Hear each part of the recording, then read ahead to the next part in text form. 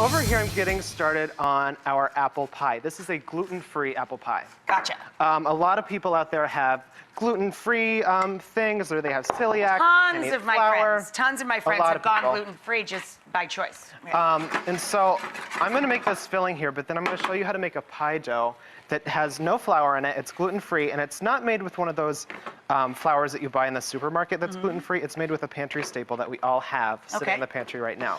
But what I did to these apples, they're just sauteed with a little bit of butter. I added some sugar, some ginger, and some cinnamon.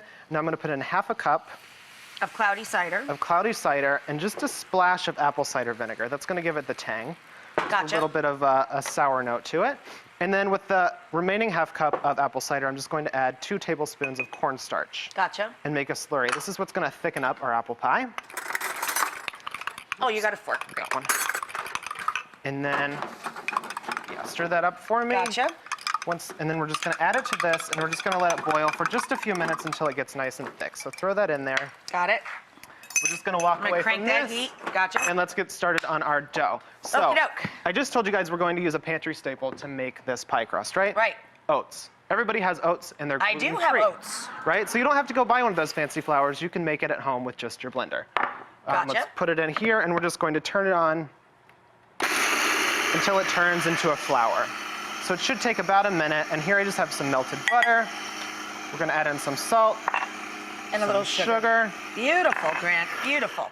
And I'm going to pour this into here if you wouldn't mind giving that a stir. Sure, absolutely. And this one's a little bit different from a normal pie crust. We're not going to roll it out. We're just going to put it into a pie dish like this. And press it down. And just press it. It's going to taste like a giant oatmeal cookie with apples on top. Exactly. Yum!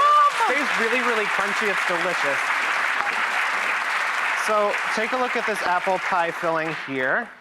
Gorgeous. Nice oh and my God, thick. it thickened up beautifully, Grant. I know, isn't that great? Just gorgeous. I'm gonna let that go for just a minute or two and show you the crumble. So instead of like a normal apple pie with a crust on top, we're going to do a crumble. And in here, I've already made it. It was just a little bit of butter, some brown sugar, and some almond meal. Nice. And we're gonna put all of that on top, and it's just gonna kind of melt down and be nice and crispy and crunchy. Nuts and oats, yum. So let's pour this in. Let's give it a little bit of salt because we like salty. I like things salty desserts. Oh, look how beautifully that thickened up. I know, and it just took a minute, right? And it just took Super literally quick. 1 minute. Put the crumble on top, buddy? Yeah, and you just pile all of that on top. It feels like a lot when you put it on there, but like I said, it melts down a little bit. Gotcha. You know, and I want to remind everybody at home, too, that pies are a great make-ahead. This is something you can make 2 or 3 days ahead of time. You can even make the dough right now, and it's going to be ready for you in just a few. That's great. You know? So get ahead of Oh, my God. Doesn't that look great? Gorgeous. And then there's one back there that's already done. Guys, look at it when it's done. Boom. And that's completely gluten-free. Totally gluten-free.